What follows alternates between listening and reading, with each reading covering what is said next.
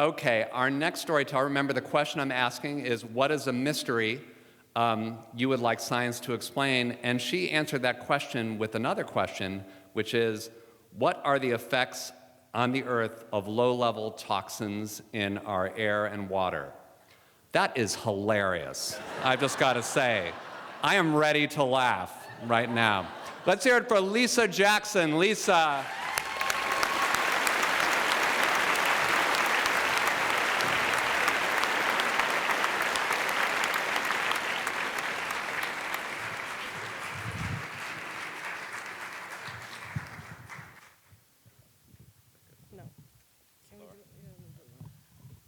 Okay, good. Okay, thank you, Andy. Thank all of you. Let's see, my story. My father was in the Navy in World War II. So when he was done, when the war was done and his time was up, he came back home to New Orleans. I'm from New Orleans. His family had been there for generations and looked for a job. For a black man in New Orleans in the late 40s and 50s, job options boiled down to mailman, Pullman porter, and daddy picked mailman. And so he was a postman.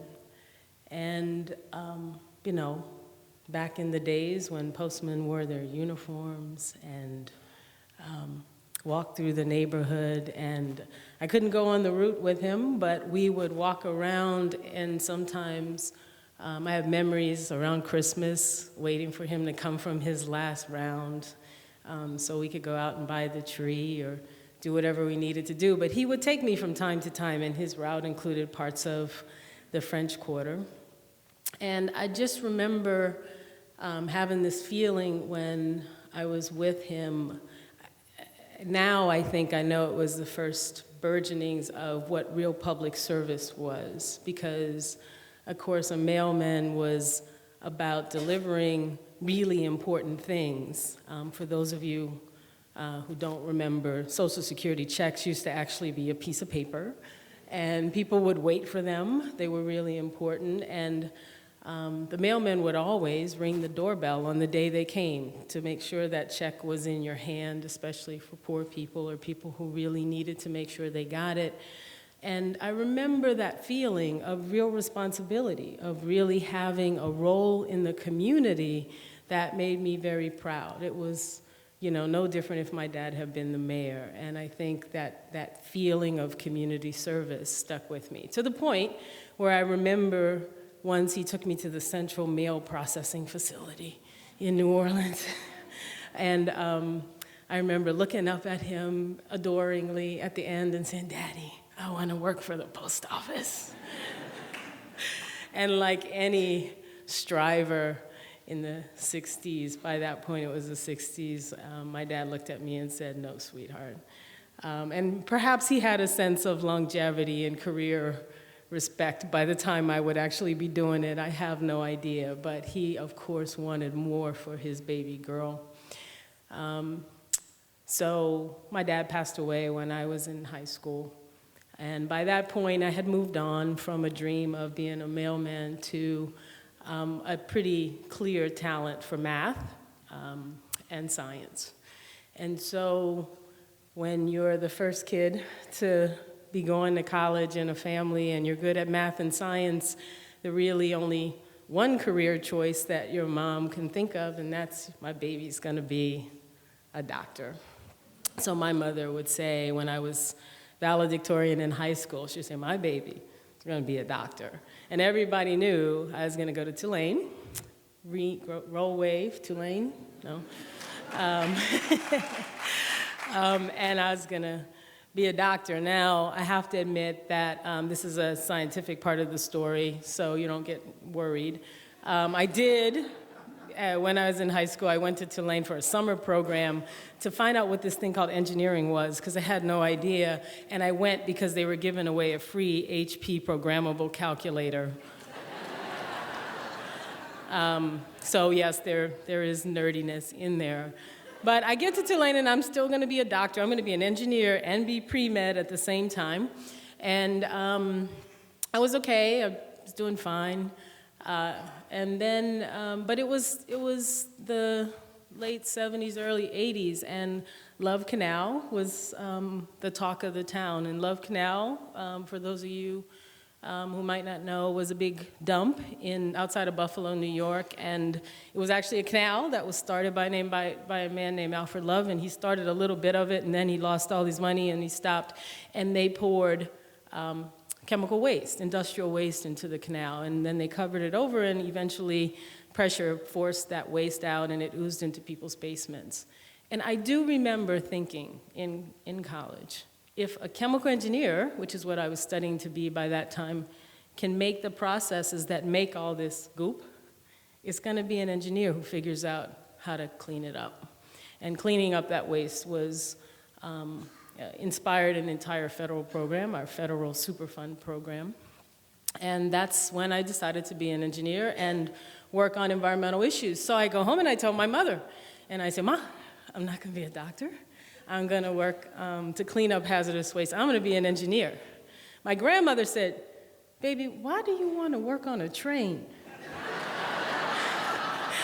And my mother just gave me the look.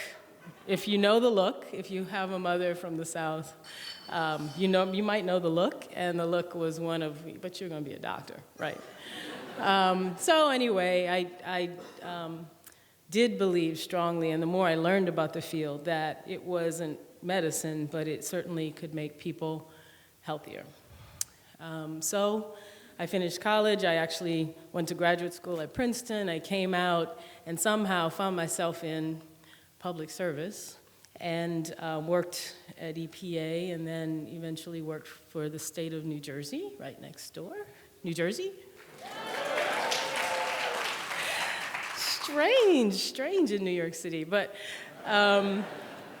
go Jersey. And so there we are in New Jersey, and I go home, and my mom still has the look, but it's okay. But it's her birthday. My mom's birthday is August 27th. It's 2005, and I go home to be with her on her birthday. And that's a momentous period, because that's when Hurricane Katrina hit the Gulf Coast and, of course, New Orleans. So I was home, I was with her. I drove her out.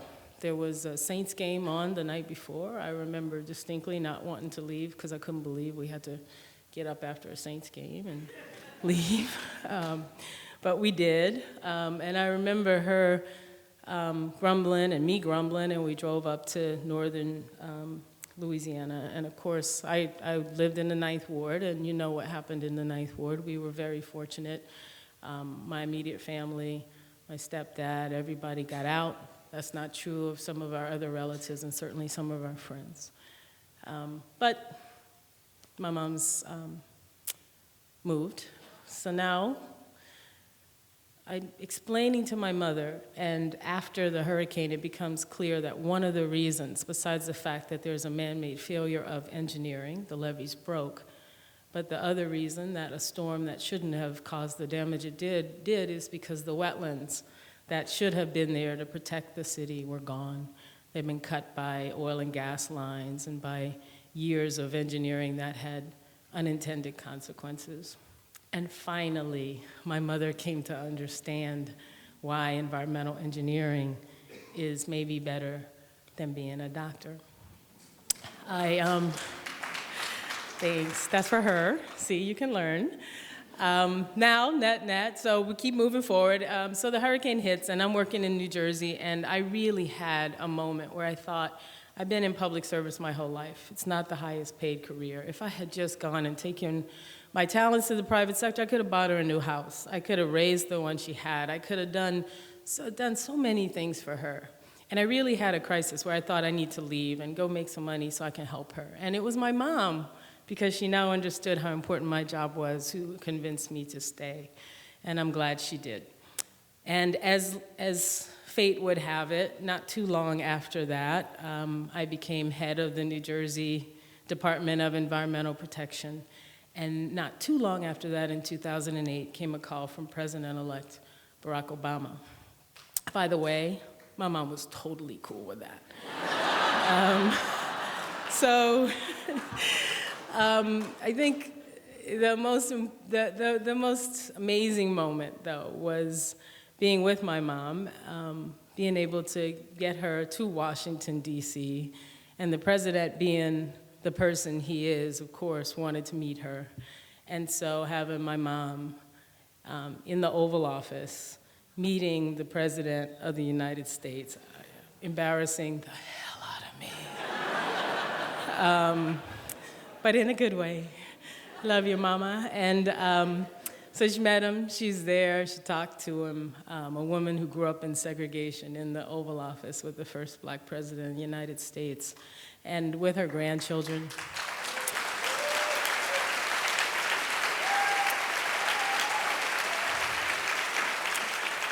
But where I want to end my story is what happened next, because I had one more surprise from my mom, and that is after we left the Oval Office, we went back to my building at 12th and Penn, 4 blocks away, and we got her upstairs, and I showed her the trappings of my office, which is quite beautiful.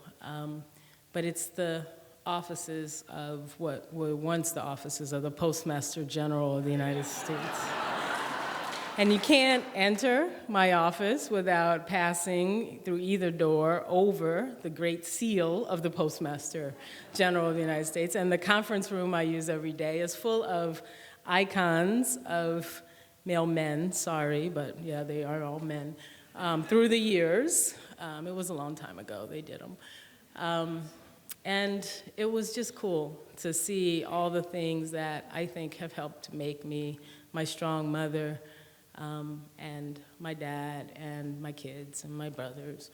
But what I said to her is what I want to leave you with. Sometimes you have an opportunity to think about all the things that influence you, and I think we all do a little bit of reverse storytelling where we make all the facts fit.